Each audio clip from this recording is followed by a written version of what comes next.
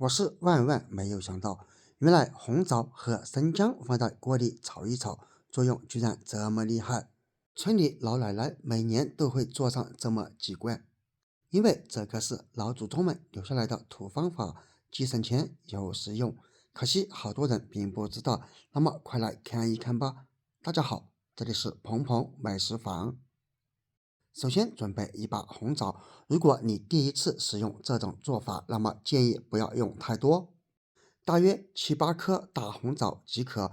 當然紅棗用之前，我們也需要給它清洗一下。我們先把紅棗給它放入碗中，然後在裡面加入一勺麵粉，然後開始抓拌。因為紅棗表面凹凸不平，有很多的褶皱，容易藏纳灰塵，而直接用清水是非常難以洗乾淨的。然而我們加入麵粉過後，因為麵粉它吸附作用是非常的強，這樣就能把紅棗表面的灰塵給它洗得乾乾淨淨，直到我們把每一顆紅棗表面都裹上一層麵粉，差不多這個樣子就可以了。接下來我們只需要加入水來清洗就可以了。繼續抓拌，用這種方法來洗就能把紅棗洗得乾乾淨淨了。因為洗去表面麵粉的時候，與此同時它也會把表面的灰塵給吸附下來。所以如果平時你喜歡用紅棗泡水、泡茶、煮粥等等，那麼一定要用這種方法來清洗哦。因為無論多有營養價值的食材，我們都一定要給它洗得乾乾淨淨哦。洗好之後，把紅棗給它撈出來，最後再用一勺水給它沖一沖就可以了。這樣我們就得到了一把非常乾淨的紅棗了。紅棗洗乾淨之後，繼續放入碗中。這裡我們需要把紅棗給它剪成小塊，因為紅棗它個頭比較大，直接這樣食用，它當中的成分是不容易被釋放出來的，因此我們需要給它剪開，才能把紅棗當中的成分徹底釋放出來。當然了，除了用剪刀剪這個方法，我們也可以用牙籤等比較尖的物品，把紅棗表面給它戳上一些小孔，也可以起到同樣的效果。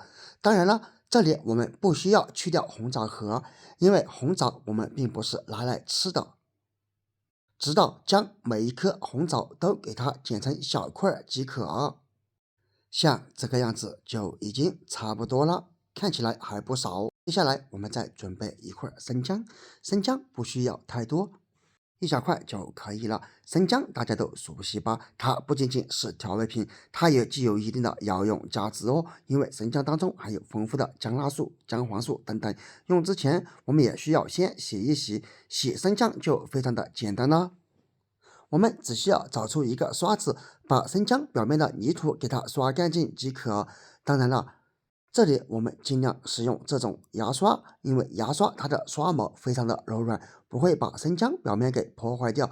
你也可以選擇把生薑皮給削掉，個人不建議，因為生薑皮當中也具有非常豐富的營養成分哦。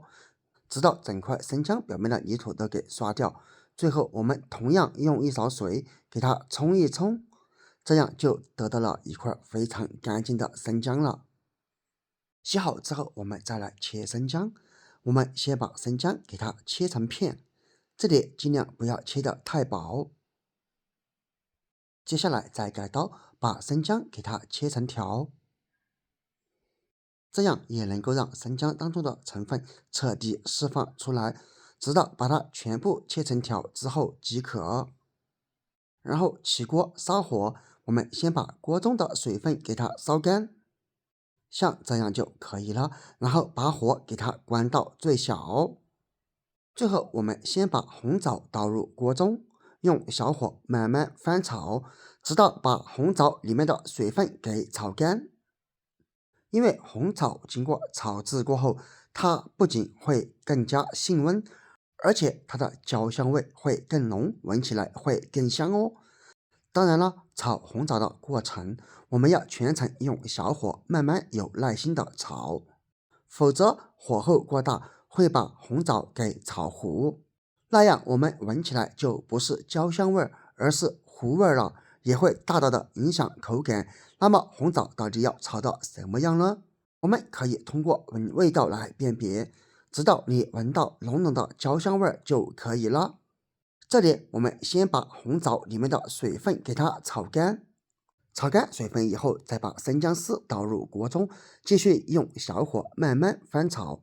朋友們，視頻都已經看到這裡了，製作視頻不容易，如果覺得還不錯，那麼請用你發財的手給我點一個讚吧，你的每一個點讚都是對我最大的支持和鼓勵，謝謝。直到把紅棗和生薑裡面的水分徹底炒乾，然後同時散發出焦香的紅棗味以及焦香的生薑味就可以了。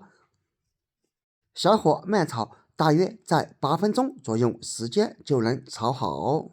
炒好以後立馬關火，像這樣就已經差不多了。然後我們給它盛出來，然後裝入一個乾淨無水的碗中或者容器中。記住，容器中的水分已經要擦乾哦。我們防止生薑和紅棗回炒，然後我們把生薑和紅棗稍許放涼。那麼這樣炒出來的紅棗和生薑要怎麼吃呢？也非常的簡單。朋友們看好了，這裡咱們只需要夾出1筷子，然後放入碗中或者杯中，再加上幾絲生薑，加入1塊冰糖或者紅糖來中和口感，最後用開水來沖泡就可以了。沒錯，這就是咱們制作的薑棗茶。不知道平時你有沒有喝過呢？加好水以後，把它蓋起來，這樣可以加速裡面的冰糖融化。大約給它蓋上5分鐘左右時間。時間到了之後，咱們再揭開。一瞬間你也會聞到非常濃郁的香味，而且裡面的冰糖也已經融化了。那麼我們趁熱就可以喝了。不要小看這樣制作出來的薑棗茶，做法簡單哦，作用卻非常不簡單。堅持喝一段時間，你會有大發現哦。這可是村裡老人們留下來的傳統土方法。你知道薑棗茶它的作用嗎？那麼可以在下方評論區分享出來。如果你還並不知曉，那麼也可以去搜一搜哦。因為在這裡該說的不能說，懂的朋友都懂。所以啊，朋友們，如果你平時喜歡用紅棗來泡水喝，要麼喜歡用生薑來煮水喝的，那麼不妨把生薑和紅棗搭配在一起來試一試這種做法。